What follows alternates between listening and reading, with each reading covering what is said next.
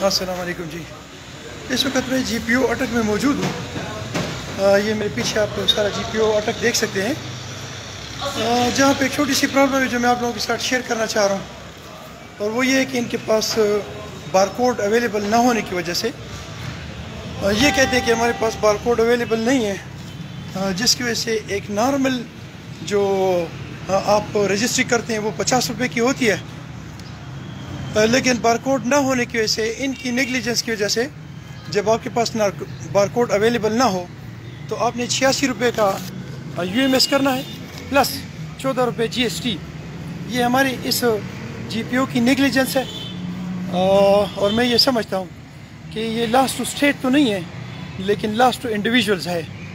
और आजकल हर जगह पे इन इंडिविजुअल को मारा जाता है, और शायद ये वो मदीने की रियासत है जहाँ पे गवर्नमेंट की नेगलिजेंस की वजह से आवाम जो है वो सफ़र होती है। इसकी क्या वजह हो सकती है?